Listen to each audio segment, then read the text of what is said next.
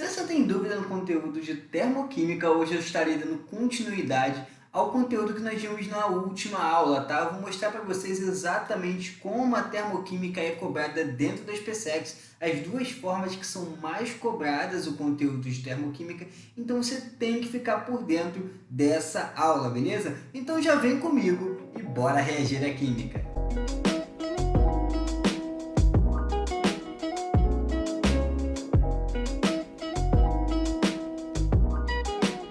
Bom, pessoal, essa parte de equações químicas é uma parte essencial dentro do estudo de termoquímica, principalmente quando nós falamos da prova das PSECs, tá? Quando nós falamos da equação química dentro da termoquímica, o que nós levamos em consideração? Nós levamos em consideração que a entalpia, né, de um elemento ou de uma substância, ela vai variar dependendo de alguns fatores que nós já vimos no último vídeo, tá? Então, se você não viu esse vídeo, clica no card, assiste esse vídeo que é importantíssimo para essa aula de hoje, beleza? Bom, essas condições seriam o estado físico, tá? Além do estado físico, nós teremos a pressão, a temperatura e a variedade alotrópica do elemento, ou seja, a sua forma alotrópica mais estável, aquela forma que a gente encontra em maior quantidade na natureza. Beleza? Bom, então numa equação termoquímica, nós vamos indicar o quê? Nós vamos indicar qual é o valor da variação da entalpia, nós indicamos também o seu estado físico, então é sólido, líquido, gasoso, ou ele está na forma aquosa também, quando está misturado com água, tá? Então você tem que dizer isso, ou também tem que dizer a forma alotrópica mais estável. Por exemplo, nós temos carbono grafite e carbono diamante. Se for carbono grafite, nós botamos assim, carbono grafite. Se for carbono diamante, a gente escreve carbono diamante, tá? A gente tem que indicar também a forma alotrópica mais estável, tá? Só daqueles elementos que têm essas formas alotrópicas mais conhecidas, tá? O que não tiver, você não precisa colocar. Bom, temos que indicar a temperatura, temos que indicar a pressão, tá? E o número de mols também é muito importante, o número de mols dentro da equação química. O número de mols dentro da equação química é aquele coeficiente estequiométrico, aquele número que vem antes ali de cada fórmula química, tá? Então, antes dos reagentes e produtos tem um número, aquilo é o número de mols, beleza? Vamos ver na prática como isso funciona. Nós temos aqui esse primeiro exemplo, onde nós temos o carbono grafite reagindo com oxigênio, formando CO2, tá? Aqui, pessoal, ficou faltando um parênteses no carbono grafite aqui, ó. Então, deixa eu arrumar aqui. Tinha que estar entre parênteses, né? Então, só para vocês ficarem sabendo. Então, o carbono, como tem carbono grafite e carbono diamante, a gente geralmente escreve a sua forma alotrópica mais estável, que é o carbono grafite. O O2, a gente bota aqui o seu estado físico, G é gasoso, CO2 gasoso também, tá? Bom, isso dentro da equação química. Além disso, nós temos um númerozinho que eu falei com vocês que vem antes, ó. Esse número que vem antes é o número de mols, ou seja, é o coeficiente estequiométrico de cada átomo ou de cada substância que participa dessa equação química, dessa reação química. Beleza? Então, essa é a minha reação química. Eu vou até separar aqui, ó. Por quê? Porque aqui nós temos o valor de ΔH, tá? Ó, ΔH. O valor da variação da entalpia. Essa variação da entalpia é menos 3,94 kJ. Sempre que falarmos de entalpia, é em joules ou em quilojoules, tá? Ponto importante, pessoal, tá com sinal negativo. Eita, até tampou aqui o 3, né? Mas tá com sinal negativo aqui. Se tá com sinal negativo, qual é uma reação exotérmica ou uma reação endotérmica? Eu vou dar 5 segundinhos para vocês lembrarem aí. E aí, lembraram? Bom, sinal negativo é uma reação exotérmica, tá? Sempre que tiver com sinal negativo na variação da entalpia, é uma reação exotérmica, beleza? Bom, se você tem dúvida, novamente, clica no card, assiste o vídeo, tá? Para você não ficar perdido nessa aula, beleza? Bom, indicamos aqui também a temperatura, 25 graus Celsius, indicamos a pressão também, 1 atm, tá? Então, sempre que puder, indica todos esses fatores. Indica a pressão, indica a temperatura, fala qual é o valor da variação de entalpia, descreve o estado físico, a forma alotrópica mais estável e o número de mols, beleza? Isso é muito, muito importante, certo? Bom, só descrevi para vocês, tá? Mais ou menos o que é, então tá aqui bem descrito essa parte, né? Temperatura, número de mols, pressão, forma holotrópica mais estável, tá? É muito importante, beleza? E uma coisa que é interessante da gente lembrar é o seguinte: nós temos o carbono e o oxigênio como substâncias simples, como substâncias no seu estado padrão, na sua forma holotrópica mais estável. Dizendo isso, nós podemos relembrar a última aula e dizer que a entalpia tanto do carbono quanto do oxigênio são zero. A entalpia de uma substância padrão na sua forma holotrópica mais estável, ela é zero, beleza? Sempre uma substância simples também, tem que ser uma substância simples, beleza? Então isso é um ponto importante da gente lembrar, beleza? Bom, vamos pegar um outro exemplo aqui, ó. Aqui eu já até deixei aqui detalhado, tá? Mas o que nós temos aqui? Nós temos essa equação aqui de NH3, tá? Sendo decomposto em N2 e em H2. São representados aqui, ó, os seus estados físicos, todos eles estão no estado gasoso. Está representado também, ó, o número de mols de cada composto, tá? Lembrando que você pode ter o número de mols fracionado, não tem problema nenhum, beleza? A variação da entalpia também está descrita aqui, é mais 46,1 kJ. Pessoal, o sinal positivo aqui, ó, vai ser indicação de uma reação endotérmica. Se o sinal era negativo, era uma reação exotérmica, o sinal positivo é uma reação endotérmica, beleza? Bom, aqui não foi descrito a temperatura e a pressão, é obrigatório? É sempre bom, mas caso não tenha, você também não precisa descrever, tá? Caso não tenha, não apareceu na questão, você não precisa dizer qual é. Bom, a quantidade de energia liberada, e essa parte, pessoal, é uma parte muito importante, tá? Até deixei aqui um destaque dizendo a importância dessa parte daqui, porque isso aqui geralmente é cobrado na prova da SpaceX. Então, se tu vai fazer essa prova, esse é o momento de você prestar mais atenção nessa aula, beleza?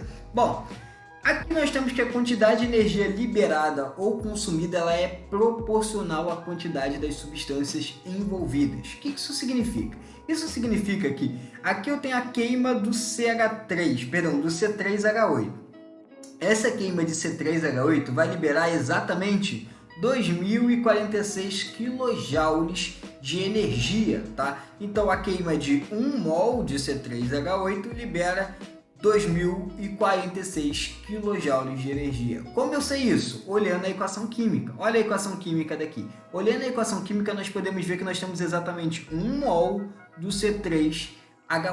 1 mol de C3H8 está liberando. Por que está liberando e não absorvendo, por exemplo? Ele libera porque essa é uma reação exotérmica. Olha o sinalzinho negativo aqui. Sinal negativo indica que é uma reação exotérmica, então ele libera energia, tá certo? Então show. Então a queima de 1 mol de C3H8 vai liberar exatamente essa quantidade de energia, tá? Essa quantidade de energia. Mas nós falamos que a energia liberada ou consumida, tanto faz, ela é proporcional à quantidade das substâncias, ou seja, ao número de mols dela. Então, caso eu tivesse 2 mols de C3H8, o que aconteceria? Essa energia que eu tenho aqui, ó, ela seria exatamente o dobro, tá? Seria exatamente o dobro da que eu tenho. Se 1 mol libera 2046 kJ, 2 mols de C3H8 vai liberar exatamente o dobro, que no caso aqui seria 4080 ou 4092, né? Então aqui seria liberado 4082 kJ de energia, tá? Seria liberado exatamente 4082 kJ de energia. Ah, mas eu vou ter que fazer essa conta de cabeça? Pessoal, isso aqui é uma regra de 3 muito básica. Como é que vocês vão montar isso aqui? E eu tô falando porque isso aqui é como cai na prova da SpaceX. Cai exatamente assim, tá? É isso aqui que cai na prova da SpaceX. O que você vai botar? Você vai botar aqui 1 mol de C3H8, vai liberar exatamente 2046 kJ. Tá? Quando eu falo que vai liberar, eu não preciso indicar o sinal negativo, porque eu já estou falando que está liberando. Mas no resultado final você teria que botar que é sinal negativo, tá? Tem que lembrar que você está liberando energia, beleza? Bom, vou mudar aqui, não vou botar 2 não, vou botar aqui 10 mols. Se eu tivesse 10 mols de C3H8, o que aconteceria aqui? Seria exatamente X. Regra de 3 é multiplicação cruzada, pessoal. Multiplica cruzado. 10 vezes 2046 dá 20.460, beleza? Então você teria isso aqui, 10 vezes 2 daria 20.460, beleza? Igual, porque 1 vezes x, então aqui eu tenho 1 vezes x. 1 vezes x vai dar x. Então x seria exatamente igual a 20.460 kJ de energia que foram liberadas, tá? Então você sempre faz essa regra de 3, utiliza essa regra de 3 que você vai fazer qualquer questão de termoquímica na prova da SpaceX. É basicamente isso daqui. E não vale só por ser 3H8 não, tá, pessoal? Vou apagar aqui, vou dar uma pausa no vídeo, vou apagar e vou mostrar para vocês. Voltando, pessoal, o que eu quis dizer? Eu quis dizer o seguinte, ó. Não é só 1 mol de C3H8 que libera 2.046 kJ, mas também 5 mols de O2 libera 2.046. Então você poderia fazer essa relação com o oxigênio. Então eu botaria aqui 5 mols de O2, beleza? Porque agora eu estou falando de O2, libera exatamente 2.046 kJ de energia. 2.046 kJ de energia. E 10 mols de O2.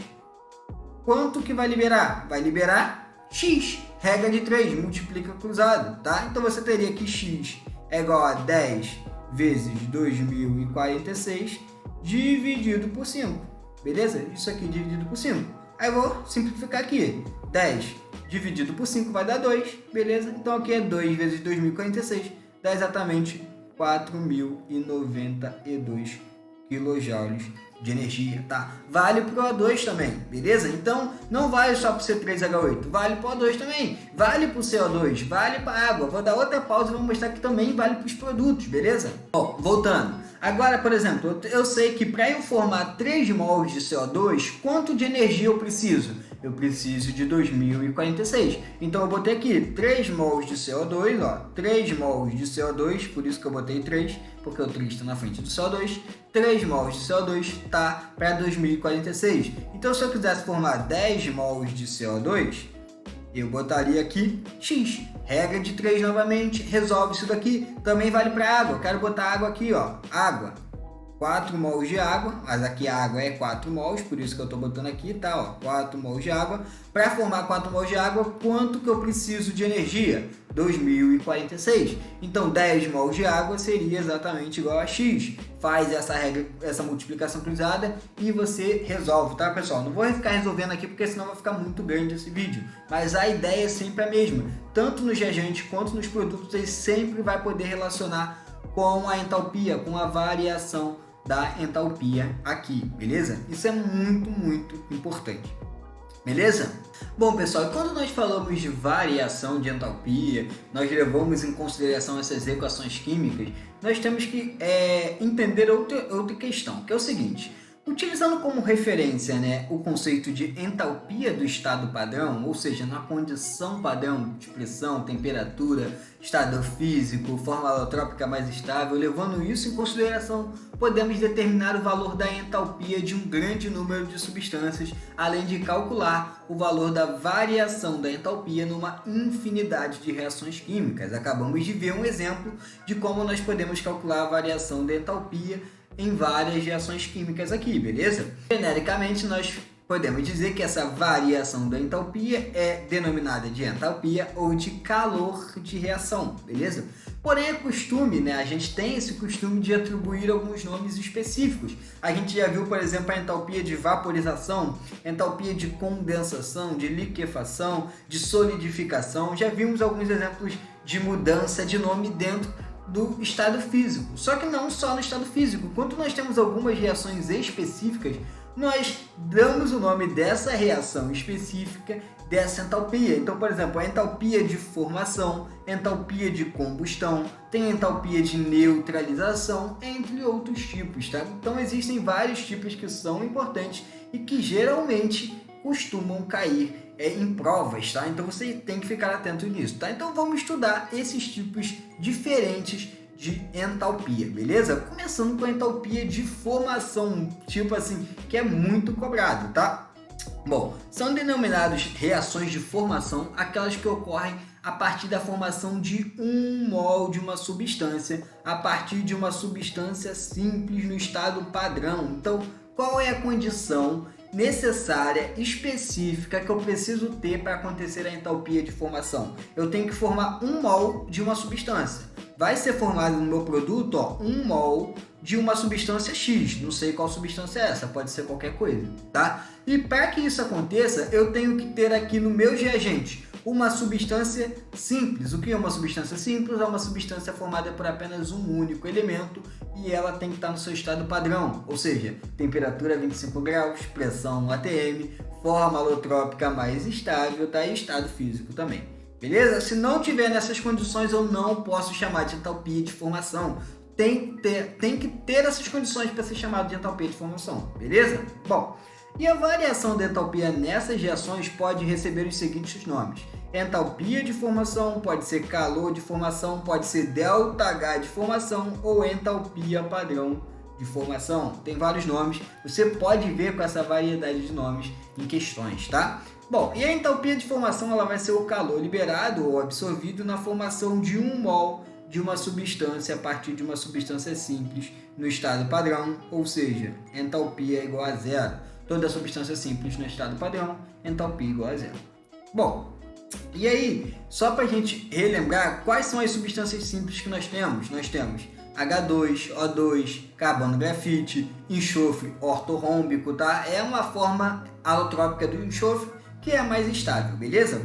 Nitrogênio gasoso, flúor gasoso, cloro gasoso, bromo líquido e iodo sólido, beleza? Tem que ter essas condições, tem que ser uma dessas moléculas para estar no estado padrão, para ser substância simples, beleza? Bom, agora, por exemplo, vamos representar equações termoquímicas que caracterizam a formação de substâncias bastante comuns, indicando valores dos ΔHs determinados experimentalmente. Ou seja, traduzindo isso daqui, vamos mostrar para vocês como é a formação da água líquida, tá? Na formação da água líquida, nós temos hidrogênio gasoso e oxigênio gasoso. Por que eles estão no estado gasoso se a água está no estado líquido? Porque, novamente, pessoal, a substância tem que estar no estado, tem que ser uma substância simples, mas tem que também estar na sua forma alotrópica mais estável e no estado físico mais estável.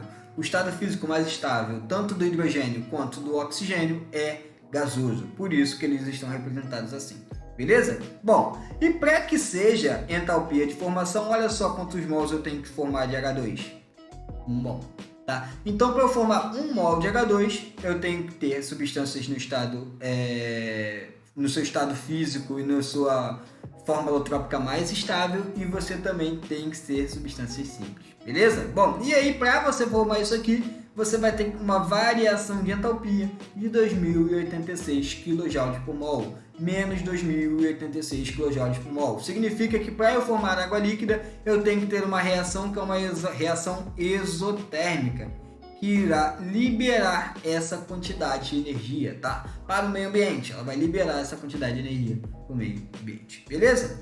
Bom, e aí, vamos entender um pouquinho mais sobre a entalpia de formação aqui para a formação do CO2, tá? Para a formação do CO2, do gás CO2, tá? Do dióxido de carbono, esse gás aí que é tão conhecido pela gente.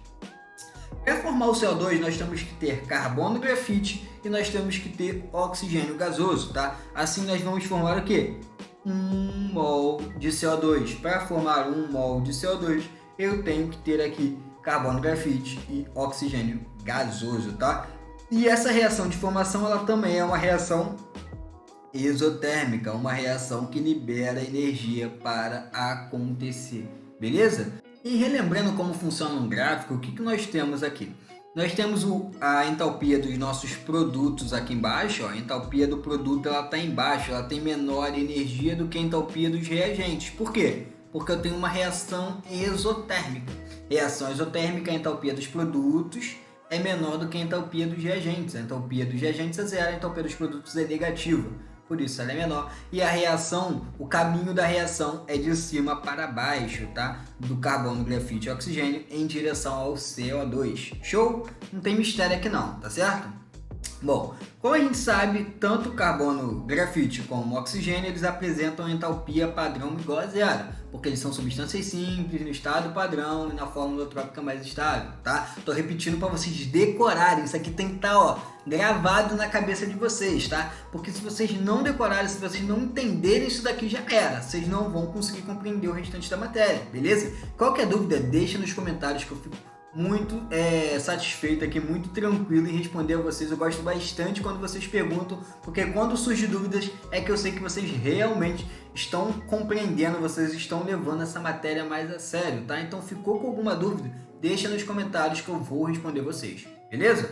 Bom, podemos dizer, né, que o carbono, grafite e oxigênio eles têm entalpia padrão igual a zero, tem o seu estado padrão com entalpia igual a zero. Podemos representar então como este gráfico, como a gente acabou de falar aqui, tá? E aí, o que acontece, pessoal? Como a entalpia de formação do CO2 ela é menos 394 kJ por mol, a análise do gráfico permite concluir que o valor correspondente à entalpia do CO2 vai ser o seguinte: a entalpia, a variação da entalpia de formação do CO2 é igual à entalpia do CO2 e é equivalente também à entalpia de formação do CO2, que é igual a menos 394 kJ, tá? Generalizando, o que pode se dizer? Que a entalpia de formação, ou seja, o ΔH de formação, ó, o ΔH de formação, ele é igual, vai ser exatamente igual à entalpia do CO2 ou entalpia de qualquer substância quando tiver uma entalpia de formação. Traduzindo esse troço aqui para vocês, que eu acho que vocês podem ter se confundido aqui. Qual que é a ideia, pessoal?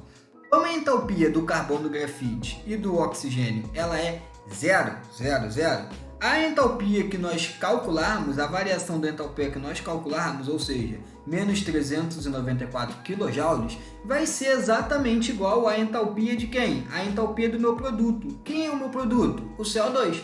Então vai ser igual à entalpia de CO2. É isso que a questão quis dizer. É isso que a questão não, né? Que o texto quis dizer. Que a entalpia de formação vai ser sempre igual à entalpia da substância que foi formada, tá? Por quê? Porque a substância simples do estado padrão não tem entalpia. Por isso que elas vão ser iguais, beleza? A entalpia de formação, a variação de entalpia de formação aqui vai ser sempre igual à entalpia da substância que foi formada, beleza? Simples, não tem mistério aqui não, tá? Se ficou com dúvida, pode deixar nos comentários que eu ajudo vocês. Bom, e aí, o que nós podemos dizer? O resultado negativo não significa que o CO2 tem energia negativa, mas sim que seu conteúdo energético é menor do que a entalpia do carbono, grafite e do O2. Por quê? Porque a entalpia deles é zero, tá? Os quais a convenção são iguais a zero, tá? Por isso vai liberar energia, por isso que a sua entalpia ela é negativa. Show? Bom, qualquer outra reação em que ocorra a formação de CO2 gasoso de modo diferente do que foi apresentado, qual foi o modo que foi apresentado? Carbono, grafite mais oxigênio gasoso formando CO2. Qualquer forma diferente dessa daqui significa que o valor da entalpia de formação do CO2 não será o mesmo, ou seja, não será 394 kJ por mol, não vai ser isso daqui, tá certo? Então, o que acontece? O que ele quis dizer aqui?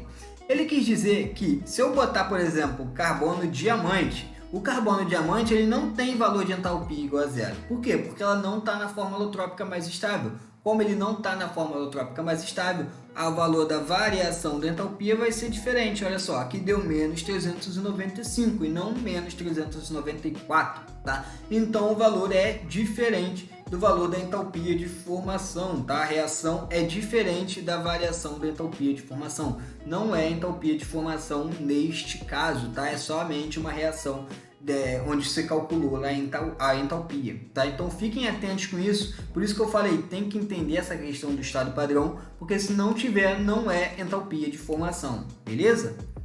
Bom, e aí, obviamente, pessoal, os valores de entalpia vocês não precisam decorar, óbvio, né? Isso aqui tá tabelado, tá? Provavelmente no seu livro do ensino médio, lá no finalzinho dele tem um apêndice com várias substâncias, onde tem a entalpia de várias substâncias, né? Entalpia de formação de inúmeras substâncias, tá? Então vão lá, procura nesse livro e vocês vão achar esses valores de entalpia, beleza? É simples, vocês não precisam decorar isso daqui, podem ficar tranquilos em relação a isso. Bom, pessoal, e esse tipo de tabela ele é muito útil, né, pois permite calcular a entalpia de muitas outras substâncias, assim como a variação da entalpia de um grande número de reações. Para efetuarmos corretamente esse cálculo, devemos lembrar de dois fatores, né? Que a variação da entalpia de formação vai ser igual à entalpia da substância e também que a variação da entalpia é igual à entalpia dos produtos menos a entalpia dos reagentes. Está sabendo disso, a gente consegue calcular a variação da entalpia de inúmeras substâncias, beleza? E aí, continuando a entalpia de formação, vamos ver aqui um exemplo do cálculo da entalpia de uma substância, ou seja, da sua entalpia de formação a partir de uma equação termoquímica, tá? Bom, o que nós temos aqui, pessoal? A gente vai calcular a equação de decomposição do mármore, tá? Então, vamos calcular o valor da entalpia, da variação da entalpia da decomposição do mármore. E a questão nos deu a equação química, tá? Essa equação química já está balanceada, então já poupa um trabalho, a gente não precisa balancear, tá? Ele já te deu o valor da variação da entalpia, olha só. Ele não quer saber o ΔH, não é isso que ele quer saber. Ele quer saber o quê? Ele quer saber qual que é o valor da entalpia para o CO2, se eu não me engano. Ele quer saber, na verdade não, ele quer saber o valor da entalpia do CaCO3, tá? Ele quer saber quanto de entalpia, qual é o valor de entalpia de CaCO3, beleza? Então como é que nós vamos fazer? Vamos utilizar a fórmula ΔH, ou seja, variação da entalpia é igual a entalpia dos produtos menos a entalpia dos reagentes. Tá? Bem simples. A questão te deu o valor da entalpia de CaO, ou seja, desse carinha daqui, e te deu o valor da entalpia do CO2, tá certo?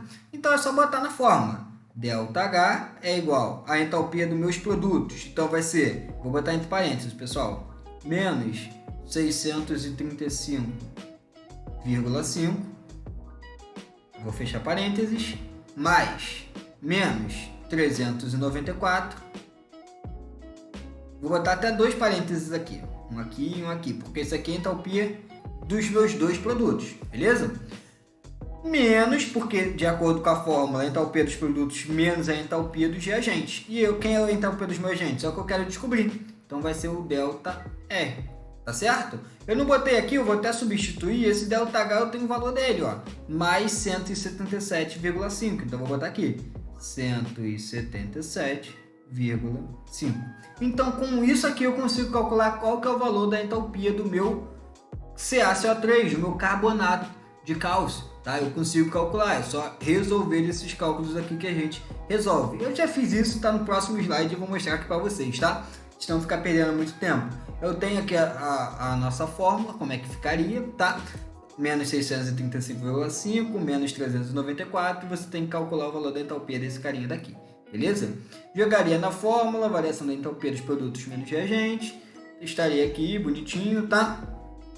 E aí nós teríamos aqui mais 177,5 igual a menos 635,5 mais menos 394 menos a entalpia que eu quero descobrir, entalpia de X. Se tu quisesse botar um X aqui, ó, no lugar para não ficar tão grande, poderia também, não tem problema, tá? Só para não ter que ficar escrevendo tudo, também poderia, beleza? Bom, e aí eu tenho aqui o nosso valor que é menos 1.207 kJ por mol, tá, pessoal? Aqui não tem mistério, o que eu fiz? Somei esses dois aqui, deu o valor negativo de menos 1.029, tá? 0,5, deu esse valor daqui. Eu passei esse carinha da cá, mudando o sinal, invertendo o sinal para cá, então por isso que ele ficou negativo. E passei esse cara para lá, para o outro lado, mudando o sinal, para ele ficar positivo, tá? Por isso que ficou com um valor negativo no final, tá? Mostrando que essa aqui é uma reação exotérmica, tá, pessoal? Uma reação que libera energia, beleza? Essa é somente isso, não tem nenhum mistério, tá? Nenhum problema aqui, não tem nada demais.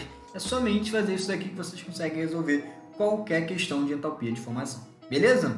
Bom, e a entalpia de combustão, como é que ela funcionaria? Funcionaria de forma parecida, tá? Os cálculos, as fórmulas, elas são basicamente as mesmas, tá? O que vai mudar vai ser mesmo o conceito da reação, da equação química em si, tá? Por exemplo, são classificadas como reações de combustão aquelas em que uma substância denominada combustível reage com um gás oxigênio denominado comburente, tá? Por serem sempre exotérmicas, pessoal, gravem isso. Acho que até deixei o sinalzinho aqui. Não deixei. Mas gravem isso.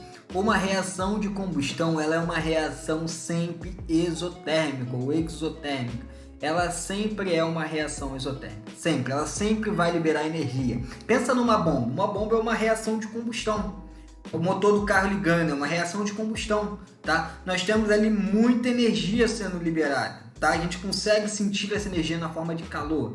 Então, como é uma reação que libera, a gente sente esse calor sendo liberado, ela só pode ser uma reação exotérmica. Ela sempre terá sinal negativo, o seu ΔH sempre terá sinal negativo, tá? Já tem que tentar usar um pouquinho de lógica para começar a compreender esses conceitos, beleza? Bom, então você vai ter alguém que vai se chamar combustível reagindo com um gás e oxigênio. Então, outra coisa que vocês têm que saber, sempre tem que ter oxigênio. Para ser combustão, tem que ter oxigênio. Se não tiver oxigênio, não é reação de combustão. Beleza? Bom, o oxigênio ele é chamado de comburente, é sempre exotérmico. As reações têm o seu ΔH sempre menor do que zero, é sempre negativo. Se não for negativo, não é reação de combustão. Beleza? Sempre é, tá? Não estou falando que todo ΔH negativo é reação de combustão. Não tem nada a dizer. Eu estou dizendo que reação de combustão tem sempre ΔH negativo. Não que todo ΔH negativo é reação de combustão. Beleza? Bom. E aí vamos ver alguns exemplos. A gente tem o hidrogênio reagindo com o oxigênio formando água. Ué, a água é uma reação de combustão? É uma reação de combustão. Nós temos o hidrogênio reagindo com a água. Perdão, reagindo com o oxigênio. E é o nosso comburente. Formou água, é uma reação de combustão, pode ser chamada de reação de combustão, beleza? Bom, a combustão, por exemplo, do gás butano. A reação de combustão do gás butano é o butano aqui, ó, C4H10, reagindo com o oxigênio gasoso, formando CO2 e água. Pessoal, e agora eu vou dar um macete para vocês, que vocês têm que gravar, tá? Sempre que tiver numa reação, sempre que eu tiver numa reação apenas carbono, hidrogênio e oxigênio numa reação de combustão, tá? Numa reação de combustão. Sempre que eu tiver carbono, hidrogênio e oxigênio, igual tem aqui, ó, tem o carbono e hidrogênio aqui no gás butano e tem o oxigênio aqui como nosso comburente. Eu vou sempre formar CO2 e água. Sempre. Ah, mas pode formar... Não pode. Vai formar CO2 e água aqui. Beleza? Vai formar CO2 e água. Show? Bom. E aí, botei até aqui para vocês, né? Sempre que você tiver carbono, hidrogênio e oxigênio como produtos de uma combustão completa, vai formar CO2 e água. E pessoal, falei um negócio para vocês, faltou esse detalhe, a combustão tem que ser completa também, tá? Se na questão estiver dizendo que é uma combustão incompleta, aí não, tá? Mas tem que ser combustão completa para dizer isso daqui. Geralmente é, tá? Geralmente é. Se não for, eles vão dizer, tá? Vão ter que falar assim, uma combustão incompleta, tá? Mas se não disserem, é uma combustão completa, tá? Geralmente, assim, 95% dos casos é uma combustão completa, beleza? Bom, isso aqui é importante, então prestem atenção nisso. Por quê? Porque sempre que você vê ali uma reação entre um hidrocarboneto e o oxigênio, hidrocarboneto, substância formada por carbono e hidrogênio apenas, vai ser uma reação de combustão. Então vocês têm que ficar atentos, porque essa reação de combustão ela vai liberar energia, uma reação exotérmica, tá? Então fiquem atentos com isso, porque isso cai muito em prova, já vi cair isso muito em prova, só dar essa informação e te pedir ali se é uma reação exotérmica ou endotérmica, tá? Se libera ou absorve energia, sinal positivo ou negativo. Fiquem atentos, porque isso cai bastante, tá? Bom, a variação da entalpia na combustão completa pode ser denominada entalpia de combustão, variação de entalpia de combustão, calor de combustão ou entalpia padrão de combustão, tá? E a entalpia ela é denominada, ela tem ali, significa que a entalpia de combustão ela é a energia liberada na combustão completa de 1 mol de uma substância no seu estado padrão. Beleza, pessoal? O que nós temos aqui? Exemplos, tá? Melhor forma de aprender é com exemplos. Vamos lá. A combustão completa do álcool etílico. Olha só, álcool etílico C2H6O, carbono, hidrogênio e oxigênio. Carbono, hidrogênio e oxigênio reage com O2, com oxigênio. Vai formar quem? CO2 e água. Como eu falei com vocês, sempre forma CO2 e água. Vai variar, vai ser o quê? Os coeficientes estequiométricos, o número de mols, tá? Depende dessa substância aqui, você vai ter a variação aqui dos coeficientes estiquiométricos, beleza? Então fiquem atentos em relação a isso, tá? Ó, olha a entalpia dela aqui, ó, sinal negativo.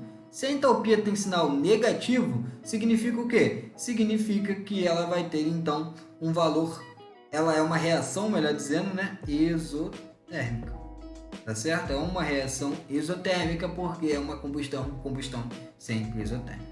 Show? Bom, pela equação podemos concluir que essa combustão completa de um mol de C2H6O libera 1368, tá? Então o seu valor vai ser sempre negativo. Show? Bom, pessoal, a prova do SpaceX ela geralmente cobre esse conteúdo de duas formas, tá? Hoje eu falei de um modo que cai muito dentro dessa prova. Claro, cai em outros vestibulares, outros concursos, mas dentro da prova da SpaceX eu diria aí que 80% a 70% das questões cobra a termoquímica dessa forma, tá? No próximo vídeo eu vou falar de um segundo modo onde a prova da SpaceX cobra bastante, que é a entalpia de ligação. Então você tem que estar inscrito aqui no meu canal para não perder esse vídeo, para entender como a prova da SpaceX cobra exatamente esse conteúdo, tá? Então se inscrevam, ativa o sininho para não perder os próximos vídeos, tá? Porque vai ser muito importante. Também farei exercícios mostrando na prática como essa matéria, como esse conteúdo cai na prova da SpaceX. Então você tem que estar inscrito aqui no meu canal, beleza? E se você gostou desse vídeo, curte. Se for com alguma dúvida, deixa aqui nos comentários que eu vou ajudar vocês. Valeu!